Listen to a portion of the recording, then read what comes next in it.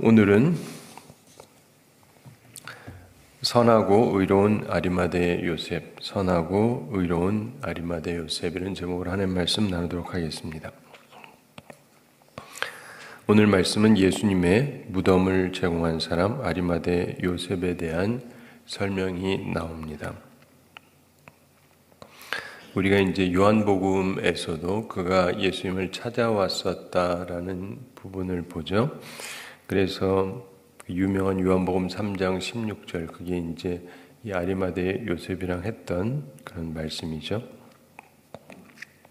하나님이 세상을 이처럼 사랑하사 독생자를 주셨으니 이 말씀이 바로 이 아리마대 요셉하고 말씀하면서 해주셨던 말씀, 그 사람이 거듭나야 한다. 바로 그것도 이 사람하고 했던 말씀입니다. 그런데 오늘 이 말씀을 보시면 50절 함께 읽어보겠습니다. 공회 의원으로 선하고 의로운 요셉이라 하는 사람이 있으니 아멘. 공회 의원으로 이렇게 말씀합니다. 요셉은 공회 의원이었습니다. 당시 유대 최고 법원인 사네드린의 의원 중에 하나였습니다. 우리 식으로 얘기하면 국회의원 중에 한 명이었다 이렇게 생각하시면 되겠습니다. 그런데 그에 대해서 그는 선하고 의로운 요셉 이렇게 표현이 되고 있습니다. 선하고 의로운 사람이다 이렇게 표현됩니다.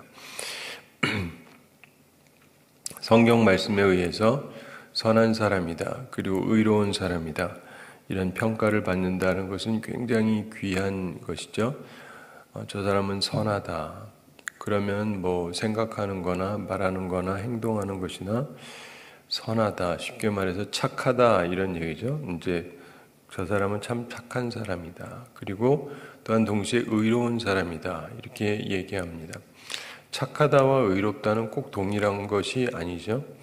어떤 사람은 착하긴 한데 의예관념이 없는 사람이 있고 어떤 사람은 의예관념은 있는데 별로 착하지 않은 사람이 있습니다. 근데 이 사람은 선하면서 의로운 사람이었다. 그래서 항상 치우치지 않고 의로운 것을 생각하고 의롭게 사는 사람이었다. 이렇게 설명이 되고 있습니다. 51절 함께 읽어보겠습니다. 그들의 결의와 행사에 찬성하지 아니한 자라. 그는 유대인의 동네 아리마대 사람이요 하나님의 나라를 기다리는 자라. 아멘.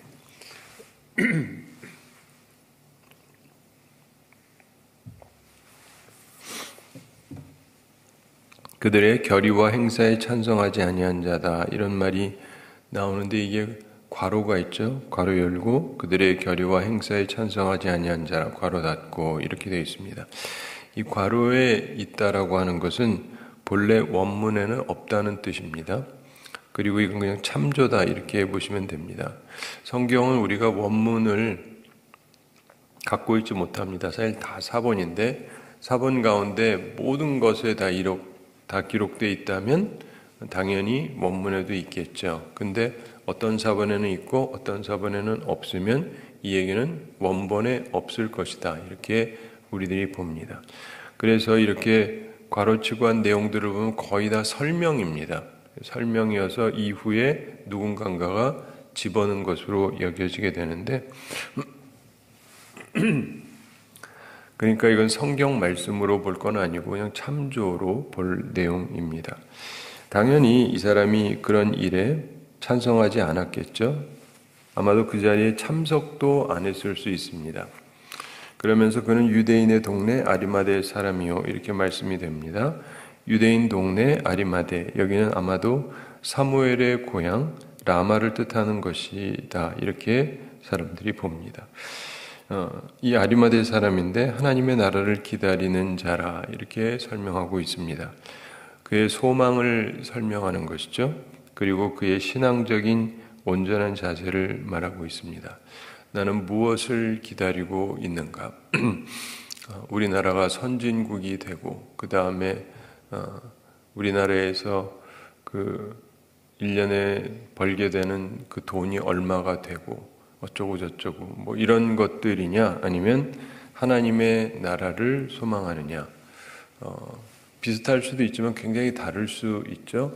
우리 나름대로 이 땅에서 바라는 것들도 있지만 무엇보다도 그는 하나님의 나라를 기다리는 사람이다. 유대인으로서 우리가 주님께서 가르쳐 주신 기도가 그거지 않습니까? 하늘에 계신 우리 아버지, 아버지의 이름을 거룩하게 하시며 아버지의 나라가 오게 하시며, 그게 우리의 목표요, 우리의 기도여야 하는 것이죠. 그래서 그렇게 살아야 되는데 이 사람은 실제로 그것을 고대하면서 살고 있었다는 것입니다.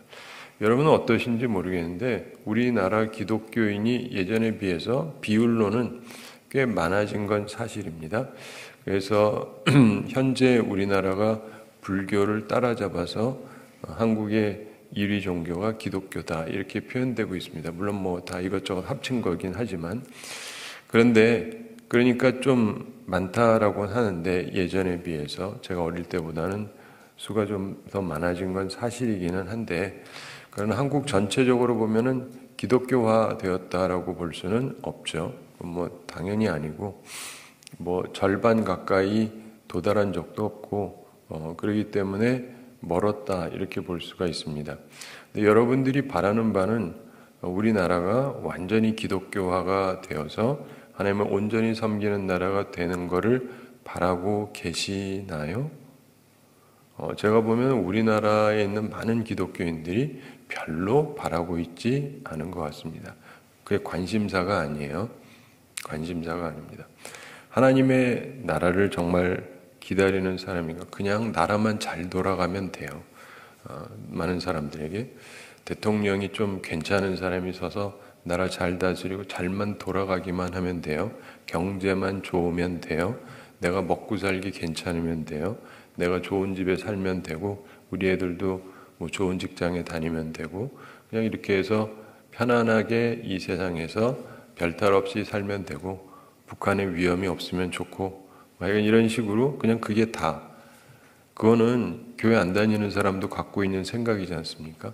근데 예수님을 믿는 사람들이라고 한다면 우리가 고대하는 바, 우리가 바라는 바가 세상 사람들하고 똑같다, 그리고 아무런 차이가 없다, 그러면은 이게 왜 문제인지 아세요? 가치관이 안 바뀐 거예요. 가치관이라는 건 뭐냐면 value system이라고 해서 무엇을 가치 있다고 생각하는 거거든요.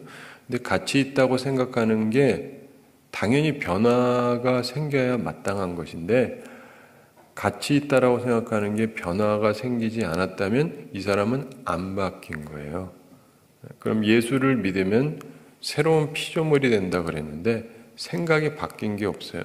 그럼 과연 거듭난 사람인가? 그런 부분에 있어서 우리 스스로를 잘 생각해 볼 필요가 있습니다. 이 사람은 하나님을 분명히 하나님의 나라를 기다리는 사람이었고 그럼에도 불구하고 거듭남에 대해서 잘 이해를 못하고 있었던 사람이었지만 하여간 결국은 예수님을 사랑하는 마음으로 와서 예수님의 시신을 거두어서 자신의 그 무덤에다가 모셔드리긴 했지만 우리들의 삶 속에서요, 그가 했던 행동만 하더라도 그런 행동을 하려면 우리들의 마음속에 하나님의 나라를 향한 특별한 마음이 있어야 하는 것입니다.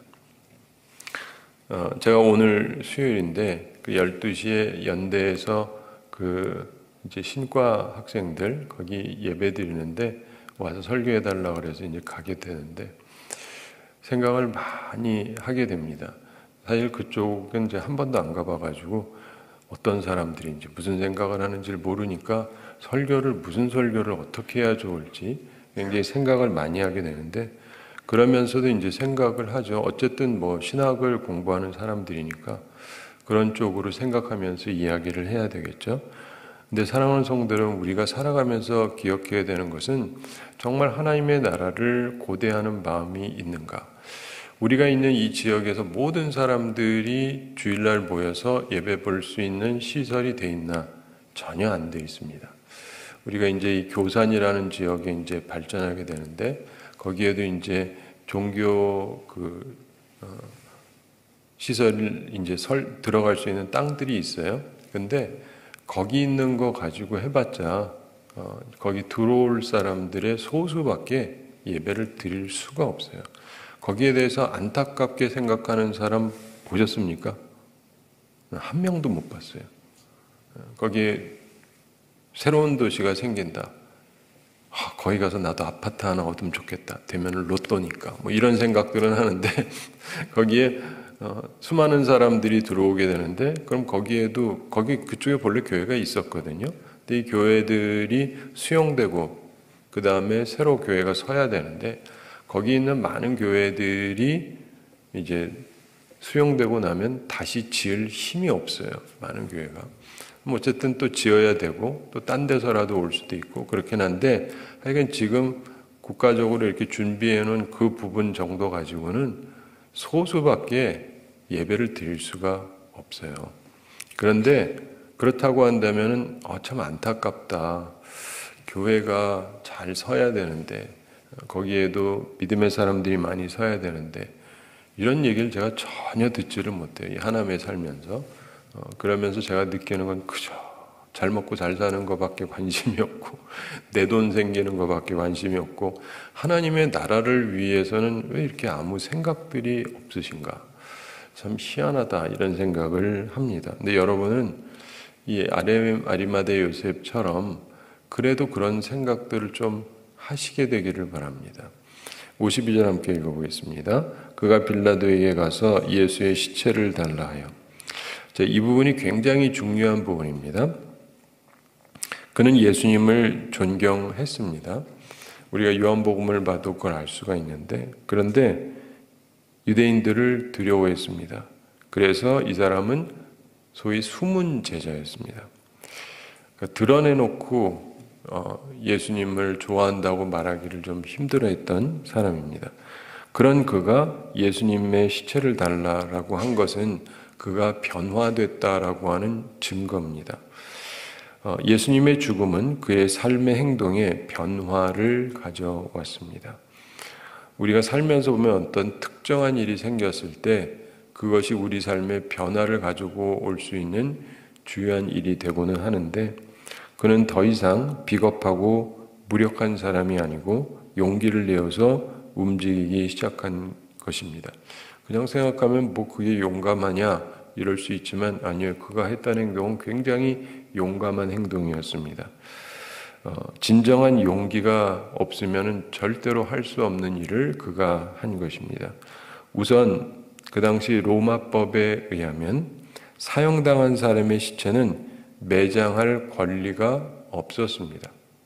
사형 자체가 이 사람이 큰 죄인이라는 것이기 때문에 그런 사람을 매장할 수 있는 권리 자체가 없어요. 그런데 사형수인데 죽었는데 그 시체를 달라 내가 제대로 장례를 치러드려야 되겠다. 매장하겠다라고 나선 거예요. 동시에 예수님을 장사하는 데 나서면 내가 예수님 편이다라고 공개적으로 행동하는 것이지 않습니까? 따라서 굉장히 위험한 것입니다. 그렇잖아요. 당대의 모든 종교, 정치 지도자들이 그렇게 미워해가지고 죽인 그분.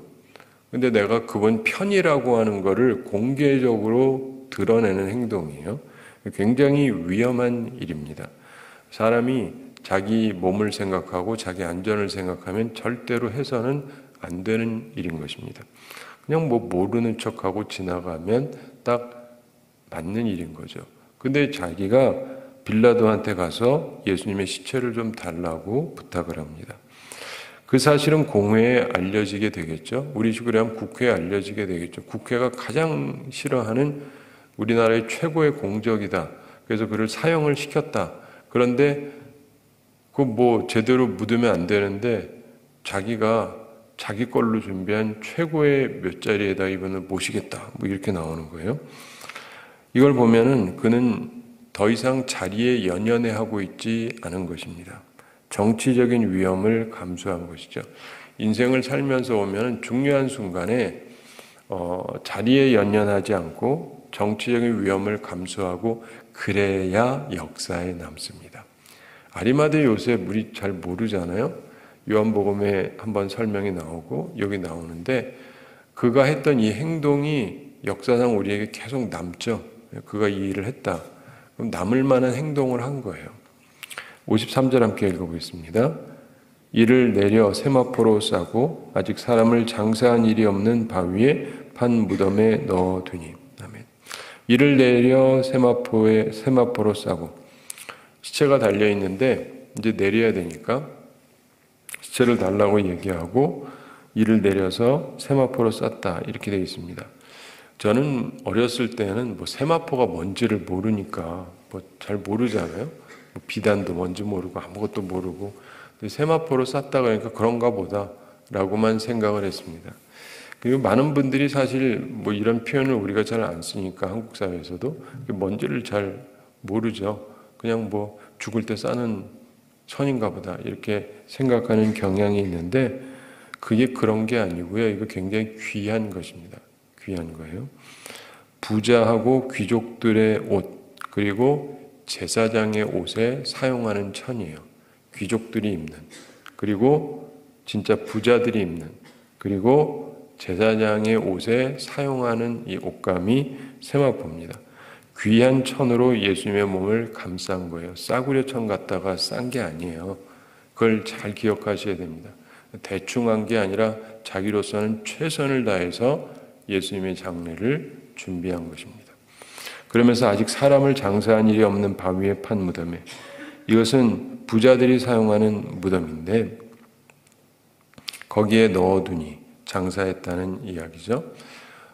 예전이나 지금이나 여러분 장례 문화에 대해서 아는 분도 있고 없는 분도 계시겠지만은 사람이 썼던 거를 또 쓰기도 하고 그럴 수도 있어요. 왜냐하면은 시간이 지나가다 보면 누군지도 잘 모르니까 치워버리고 또 하기도 하고, 서구 사회에서도 그러기도 하고, 그냥 묻어두고 100년, 200년, 300년 지나면 누가 누군지도 잘 모를 수도 있으니까 다시 파서 이렇게 하기도 하고 그럽니다. 이게 좁으니까 그렇기도 한데, 하여간 본래가 매장 문화잖아요. 전반적으로 대부분의 나라들이. 그리고 이 매장하지 않고 화장을 한다라든가 이런 것들은 본래 다른 종교가 하는 종교 행위예요.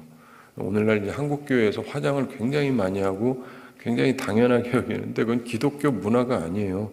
지금도 서구 사회에 가서 웬만한 기독교 문화를 가면 다 매장을 합니다. 우리 한국 교회만 이상해요. 얘기를 그렇게 하죠. 땅이 없다는 동. 그리고 또 그렇게 해야 쌉니다. 돈도 덜 들고. 근데 본래 기독교 문화는요, 화장하는 문화가 아니에요. 매장을 하는 거죠. 저는 저희 아버님, 어머님 다 매장을 했습니다. 근데 기독교 문화는 태우는 게 아니에요. 그리고 태워가지고 뿌리고, 이게 불교에서 쓰는 문화거든요. 기독교 문화가 전혀 아니에요. 그걸 하려면은 저쪽에서 애를 써야 되는데 그쪽들은 애를 안 쓰고 기독교 목사님들이 나서 화장 문화를 자꾸 얘기하는지는 도무지 이해가 가지를 않습니다. 제가 지금 하는 얘기도 들으면서 많은 분들이 싫어할 수 있는 말이에요. 그렇지만 저는 그냥 성경 얘기를 가르쳐 드리는 거예요. 듣든 말든 하든 말든 그건 자기의 자유인지 모르겠지만 성경적 문화는 그런 것입니다. 자, 그러면서 자신이 준비해 놓은, 그리고 여러분 이게 있잖아요. 그렇게 준비를 하려면 돈이 꽤 많이 들어갑니다. 이게 돌을 파고 거기에다가 이제 누구를 집어넣으려면 이 경비가 굉장히 많이 들어가는 거예요. 모든 것이 그런데 땅이든 굴이든 무엇이든 그걸 사는 것도 그렇고, 그 다음에 이거를 준비하는 것도 그렇고, 그게 다 돈입니다. 돈이 꽤 많이 들어가는데 사람을 장사한 적이 없다. 사람을 장사한 일이 없는 바위에 판 무덤에. 바위를 일부러 판 거예요. 이 얘기는요, 돈이 굉장히 많이 들어갔다는 얘기입니다. 그러니까 그야말로 부자나 집어넣을 수 있는, 보통 사람은 할 수가 없죠. 그래서 그 당시 모든 사람들이 그렇게 하는 게 아니고 부자들이나 할 수 있는 최대의 것을 자기를 위해서 준비했던 것인데 거기에 주님을 모셨다는 것입니다. 이것은 신앙 고백적인 행위인데 그의 믿음을 행동으로 옮긴 것입니다. 이제 옳은 일을 하는 것입니다. 용기를 낸 것이죠. 두려움을 극복한 것입니다. 그는 위험을 감수하고 예수님처럼 용기를 내어서 자기가 할 수 있는 최선의 일을 했다는 것입니다. 우리에게도 필요한 것이 바로 그것입니다. 예수님이 그러셨던 것처럼 우리도 용기를 내서 내가 할 수 있는 최선의 일을 하는 것. 이게 굉장히 중요합니다. 내가 뭐 세상을 바꾸고 모든 걸 바꾸고 이렇게는 못한다 할지라도 내가 할 수 있는 바가 있잖아요. 내가 할 수 있는 최선, 그걸 다하는 것은 굉장히 중요한 것입니다. 54절 함께 읽어보겠습니다. 이날은 준비일이요 안식일이 거의 되었더라. 아멘. 이날은 준비일이요 이렇게 말씀합니다. 금요일 오후를 말합니다. 안식일이 거의 되었더라. 금요일 해가 지면 안식일이기 때문에 이런 표현을 하고 있습니다. 예수님께서 금요일 오후 3시에 돌아가셨다 이렇게 되어 있는데 아마도 어둠이 잠시 걷혔을 수도 있지만 어쨌든 저녁이 되려면 시간이 별로 없습니다. 그래서 그는 예수님의 시신을 그냥 두지 않았습니다. 빨리 최선을 다해서 장사했습니다. 그렇지 않았다면 시신이 함부로 처리되었을 것입니다. 아무렇게나 처리됐겠죠. 중요한 순간에 그는 지체하지 않았습니다. 사람들마다요 생각하는 그 방식이나 생각들이 많이 다른데 경험이 많은 사람들은 그쪽으로도 생각을 하는데 경험이 없는 사람은 누가 죽으면은 정신을 못 차려요. 해본 적도 없고 본 적도 없고 아무것도 모르니까. 그런데 중요한 순간에 그는 지체하지 않았습니다. 빨리 결정하고 빠르게 행동을 했습니다. 그렇지 않았다면 주님께서 죽으시고 그 시신이 함부로 처리될 것이었던 것입니다. 많은 사람들이 그 생각을 별로 안 하는데 사실은 그가 했던 행동은 굉장히 중요한 부분이었습니다. 그는 자신의 지위를 필요한 순간에 잘 활용했어요. 아무나 빌라도한테 가서 얘기할 수가 없습니다. 우리로 치면 국가에서 높은 권력을 가진 사람에게 아무나 접근하는 건 쉽지가 않죠. 근데 그가 가지고 있는 지위 때문에 공회의원이었기 때문에 우리로 치면 국회의원이었기 때문에 접근이 용이했던 것이죠. 그리고 그럼에도 불구하고 자기의 위치가 위험해질 수도 있지만 이것을 활용을 해서 자기가 할 수 있는 바를 합니다. 게다가 자기 재물도 가장 가치 있는 일에 활용한 셈입니다.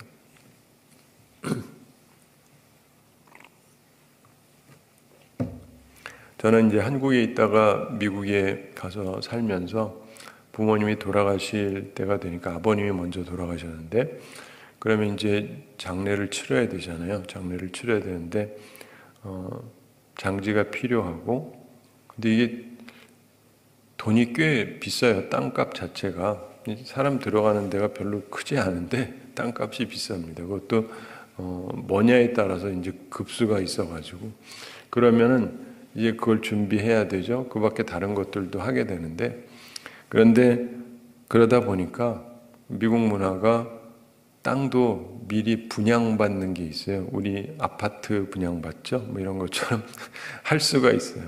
그래가지고 오랫동안 미리 사서 집어넣을 수가 있습니다. 그래서 저희 어머니 거를 바로 옆에다 사가지고 이제 계속 돈 들여서 이제 여기도 준비해 놓고 이렇게 했었는데 우리가 보면은 대부분의 사람들이 그 옛날에 우리나라에서 뭐 집안이 갖고 있는 것 말고는 뭐 별 생각 없이 지내게 되겠죠. 그런데 이걸 준비를 하려면 다 생각을 해야 되고 돈도 들어가고 그런 것들이죠. 그런데 그 중에서도 최선을 다해서 내 거를 위해서 준비했다. 특별히 부자가 자기를 위해서 남들하고 다르게 제일 좋은데 이렇게 준비를 했다. 굉장히 의미심장한 것인데 그걸 남쓰라고 누가 주나요? 안 줘요. 보셨어요? 저는 한 번도 본 적이 없습니다. 큰 부자가 자기가 나중에 묻히려고 최고의 장소에 최고의 자리로 해놓고 그런데 쉽게 말해서 목사님이 돌아가셨어요. 제 거 쓰시죠. 하는 분 보셨어요? 한 명도 못 본 것 같아요. 여러분은 보셨는지 모르겠지만 이러면 이제 항상 이렇게 나오죠. 목사랑 예수님이 같냐? 맞죠? 다르지. 그런데 그게 꼭 그것만의 문제가 아니고 그럼 어디다가 쓰긴 하냐고요. 무슨 말이냐? 내 거는요 남한테 잘 안 준다. 이 얘기를 제가 하고자 하는 거예요. 게다가 예수님은 지금 나쁜 놈으로 몰려가지고 사형수가 돼서 돌아가신 거 아니에요. 거기에다가 내 자리인데 그걸 이렇게 하게 되면 나한테 굉장히 해가 된다니까요. 사람들 보면은요, 누가 인기가 있다 그러면 거의 줄 섭니다. 그런데 인기 다 떨어지고 게다가 아예 사형까지 당하고 끝장나면 그 편에 가지도 않아요. 그랬다가 오해 살까 봐. 그런데 그런 정치적인 걸 누구보다 잘 아는 사람이 그런 거 전혀 배제하고, 그전에는 예수님 올 때도 낮에 찾아오질 않습니다. 사람들이 볼까 봐 일부러 밤에 와요. 사람들 눈에 안 띄려고. 그러던 사람이 지금은 그냥 공개적으로 이 일을 하는 거예요. 변화가 생긴 겁니다. 우리의 인생에 있어서 참 중요한 것 중에 하나가 그겁니다. 정말 중요한 순간에 누군가가 한 사람만 자기가 할 수 있는 선에서 뭘 해주면 굉장히 아름다운 일이 될 수 있는데, 그런 사람이 흔하지가 않아요. 흔하지가 않아요. 그렇기 때문에 이 아리마대 요셉이 한 행동을 보면서 그를 선하고 의로운 사람이라고 성경이 평가를 해주는 것입니다. 중요한 순간에 그는 자신의 지위를 잘 활용을 했을 뿐더러 그의 재물도 가장 가치 있게 잘 활용한 셈입니다. 말씀을 맺으면서 우리가 생각할 게 있습니다. 우리가 살다가 보면 이런저런 일들이 발생을 하게 됩니다. 근데 그 순간에 나는 어떤 결정을 하고 어떻게 할 것인가? 여러분, 우리가 성령의 감동을 받아 살려면 내 마음속에 어떤 좋은 생각이 들 때, 이게 성령의 감동이 있는 거예요. 좋은 생각. 나도 알잖아요. 좋은 생각인지 나쁜 생각인지 정도는. 근데 흔히 드는 생각이 아니라 참 좋은 생각이 들었어요. 선한 생각이 들었어요. 성령의 감동입니다. 마귀는 나쁜 생각만 주죠. 저 인간 어떻게 혼낼까? 뭐 이런 정도의 생각만 주는데 어떻게 괴롭힐까?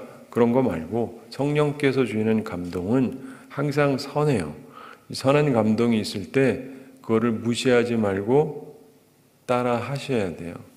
그러면 성령께서 계속 내 속에 역사를 하십니다. 근데 이 감동을 죽여버리잖아요. 그 다음엔 감동이 안 옵니다. 오늘 아침에도 말씀을 듣는데 내가 이렇게 해야 되겠다 하는 생각이 들면 하시면 되는데, 할 수 있는 거 하면 되는데 그걸 안 하잖아요.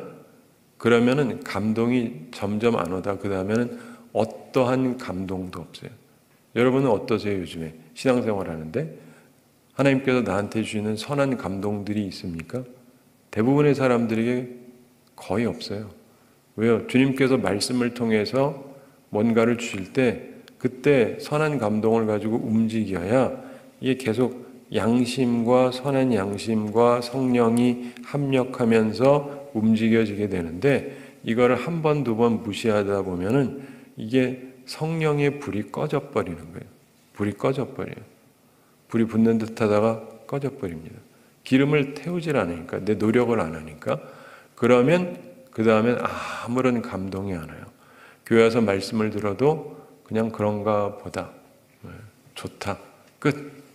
그래서 내 삶에 아무런 변화가 없고 내 삶 속에서 기억되어질 만한 일이 아무것도 없을 수 있어요. 근데 감동을 따라 움직이는 사람들이 귀한 일을 하는 거예요. 예전에 그 한국에 그 한경직 목사님이라는 분이 계셨잖아요.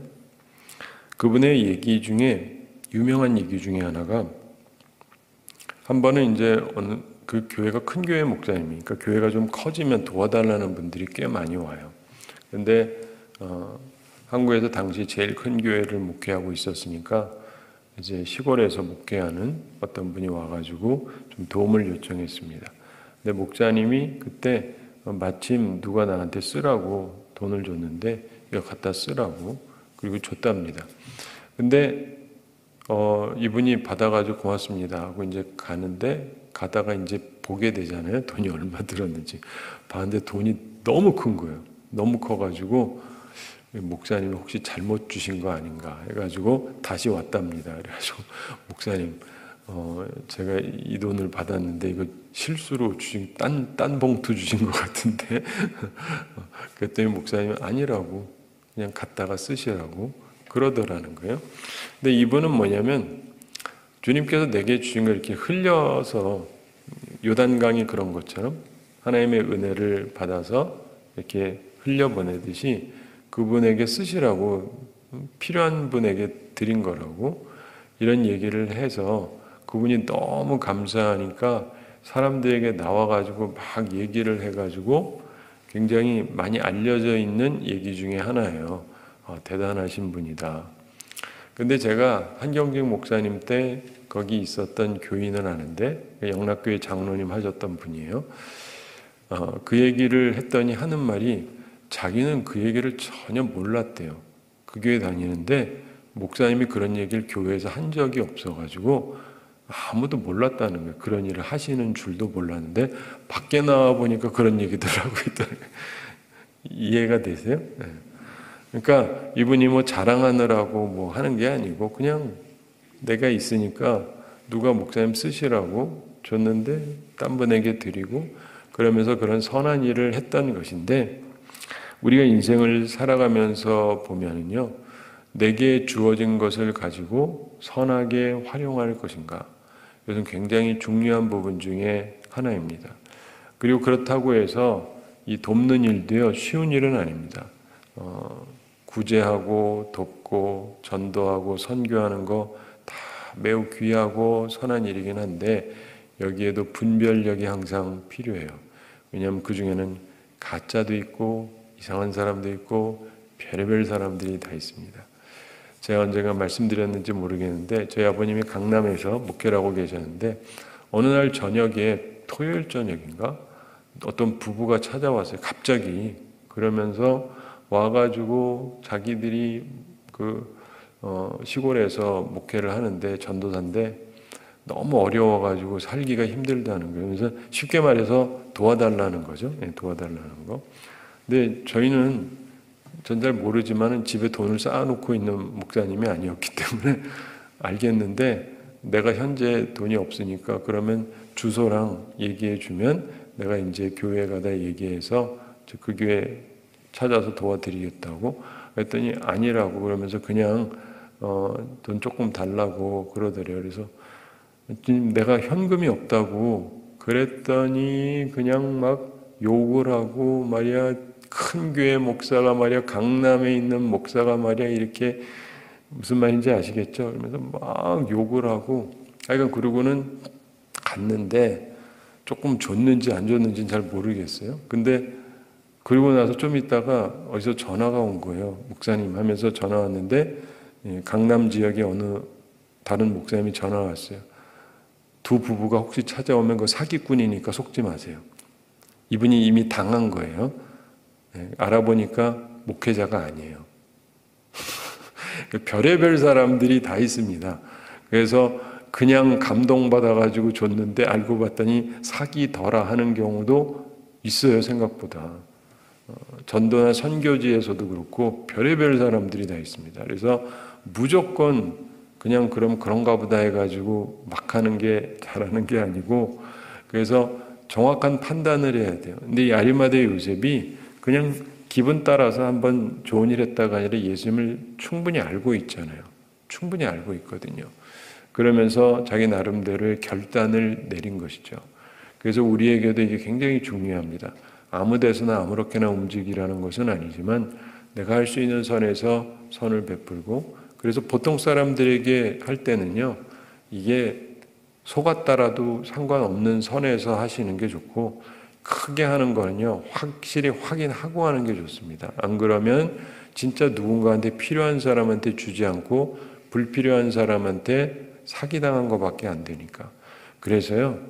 이 삶을 살아가면서 보면은 참 여러 가지 좋은 판단이 필요합니다.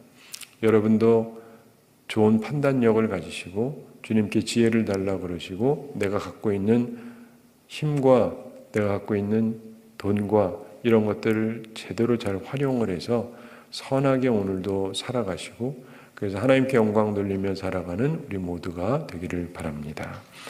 우리 함께 기도하겠습니다. 사랑의 하나님 아버지 우리를 사랑해 주시고 오늘도 저희들에게 귀한 말씀 주심을 감사드립니다.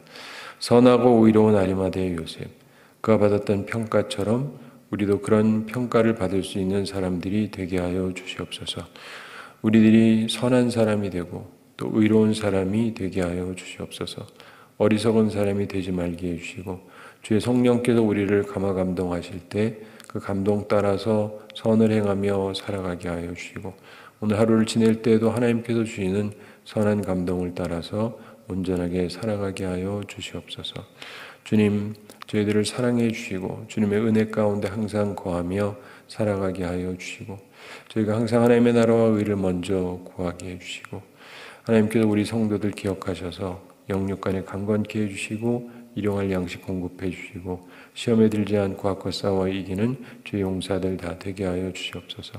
무엇보다도 우리가 하나님의 나라를 기다리는 사람들이 되어지고 우리나라 복음화를 위해서 마음을 갖고 있는 사람들이 되게 해주시고 한국교회가 부흥하고 한국교회가 온전해져서 온 나라가 하나님을 섬기는 나라가 되는 꿈을 갖는 주의 백성들이 되게 해주시고 또 그래서 하나님을 기쁘시게 하며 하나님의 일을 위해서 우리 결단하고 그래서 하나님께 영광 돌리며 살아가는 주의 백성들 다 되게 하여 주시옵소서. 감사드리며 예수님의 이름으로 기도드리옵나이다. 아멘.